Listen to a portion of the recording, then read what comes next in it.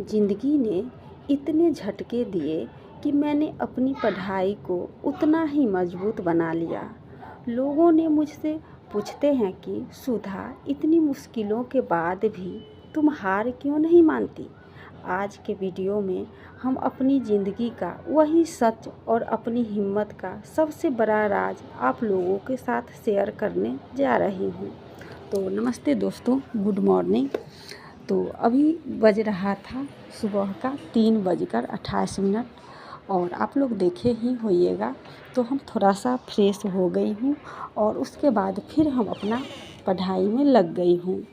और हम अभी पढ़ रही हूँ बिहार का सामान्य परिचय, क्योंकि हम BPSC 72B का भी फॉर्म फिल की हूँ। तो उसके लिए तो बिहार स्पेशल बहुत ही महत्वपूर्ण है, क्योंकि 30 से 35 नंबर का क्वेश्चंस आता है बिहार स्पेशल से। तो उसके लिए तो हमको पढ़ना बहुत ही ज़रूरी है। तो इस लुसेंट बुक से लगभग हम 1 महीना पहले ही पढ़ी थी। तो इसलिए हम सामान्य परिचय से ही चालू की थी फर्स्ट पार्ट। और इसमें हम पढ़ने के बाद पूरी तरह से पढ़ ली थी। लगभग 50% इस चैप्टर में हमको पहले से था ही पता, लेकिन रिवीजन के लिए तो पढ़ना ज़रूरी रहता है। और पढ़ने के बाद हम खुद से लिखती हूँ, तो आप लोग को हर वीडियो में शेयर करती ही हूँ। और कोई भी टॉपिक को समझने के लिए उस चैप्टर को बेसिक पूरी तरह कंफर्म होने के लिए उसको लिखना ज़रूरी रहता है। और उस पर क्वेश्चंस भी बनाना बहुत ही ज़रूरी रहता है। तो हम जब भी पढ़ती हूँ तो वही करती हूँ। कोई भी चैप्टर पढ़ती हूँ तो उसको पूरी बेसिक कंसेप्ट क्लियर होने के लिए हम उसको फिर लिखती हूँ। और लिखने के बाद फिर क्वेश्चंस उस पर बनाती हूँ। और उसके बाद काम करने के दौरान किचन में या कोई भी काम करती हूँ घर में भी, तो अपना मोबाइल से यूट्यूब पर सर्च कर लेती हूँ उस टॉपिक का क्वेश्चंस को। और कोई भी सर पढ़ाते रहते हैं और उसमें व्याख्या सहित क्वेश्चन को डिटेल में बताते हैं, तो वही हम निकाल लेती हूँ, अपना सुनते रहती हूँ काम करने के दौरान। मेरे पढ़ने का यही तरीका है। कोई भी चैप्टर को पढ़ती हूँ तो इसी प्रकार पढ़ती हूँ। और एक हाउसवाइफ हूँ, यदि उस प्रकार से नहीं पढ़ूँगी तो उतना मेरे पास टाइम नहीं है जो सब कुछ मैनेज कर पाऊँगी। और अभी हम फिर किचन में सब काम वगैरह कर ली हूँ और फिर दोपहर का पढ़ाई कर रही हूँ। तो अभी हम भारतीय कृषि से कर रही हूँ। और ये पाठ तो चैप्टर तो इतना इम्पोर्टेंट है BPSC के लिए या TRE के लिए, कोई भी के लिए बहुत ही इम्पोर्टेंट है। तो इसको भी हम उसी प्रकार की थी, पढ़ ली थी। और पढ़ने के बाद इसको हम जो भी इम्पोर्टेंट था उसको याद कर रही थी लिख कर।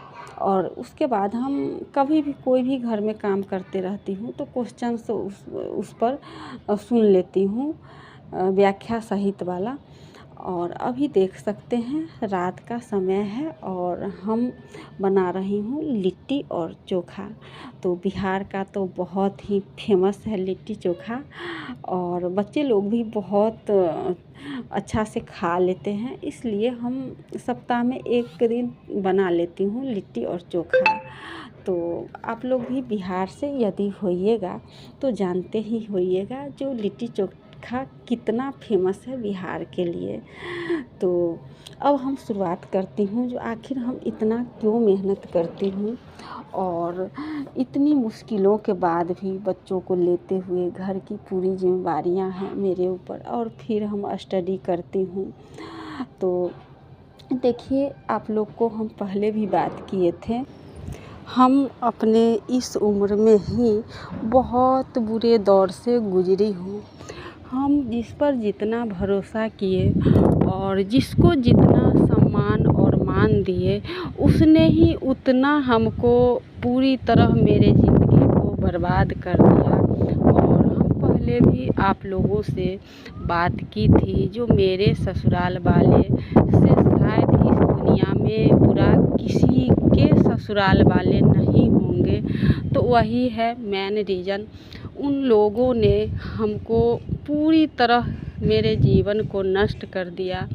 और 2019 में ही मेरा डीएलएड, जिस हालात से हम गुजरी हूँ उस हालातों में न जाने पूरे भारत के कितने बहनों ने अपने जीवन लीला को समाप्त कर लेती है। लेकिन हमें यही लगा, यदि मैं आज अपने को जीवन लीला को समाप्त कर लूँगी तो कोई भी इंसान हमें ही गलत साबित करेगा। लेकिन यदि मैं अपने आप को कुछ बन जाऊंगी, अपने आप को मजबूत हो जाऊंगी, तो फिर हम खुद आवाज़ उठाऊंगी। और वही हुआ। हम 100 नहीं 200% सत्य थे। और जब मेरे साथ गलत होता था तो हम यही सोचती थी जो सब ठीक हो जाएगा, एक बार हम संघर्ष करके और सफल हो जाऊंगी तो फिर इन लोग तो सुधरने वाला नहीं है। लेकिन हाँ, ये है जो हम लगेगा, जो हम खुद से कुछ कर रही हूँ तो हमें अपने आप में थोड़ा सा सही होगा। लेकिन ज्यों ही मेरा TRE 3 में भी सिलेक्शन नहीं हुआ, तब हम इन लोगों को कहे अब मैं नहीं सहूँगी। जितना आप लोगों ने हम पर अत्याचार किए हैं, सारा का सारा हम आप लोगों से हिसाब लूँगी। तब इन लोगों ने थोड़ा सा मामला सही हुआ है। लेकिन जो इंसान गलत रहता है और दूसरों के साथ अत्याचार किया रहता है वो इंसान सही नहीं होता है। लेकिन थोड़ा सा मामला सही हुआ है और आप लोगों से थोड़ा सा शेयर कर दी हूँ, इसलिए कि न जाने कितने बहनों ने इस सिचुएशन से गुजरते हैं, उनके सास ससुराल वालों ने अत्याचार करते हैं और जिसकी वजह से खुद को बीमार पड़ जाते हैं। या लेकिन हम अपना हिम्मत के साथ काम की और बहुत कुछ अभी ठीक हुआ है और लगता पूरा तो ठीक नहीं होगा। तो आज का ब्लॉग लंबा नहीं करूँगी, आज का इतना ही तक है। फिर मिलेंगे अगले ब्लॉग में।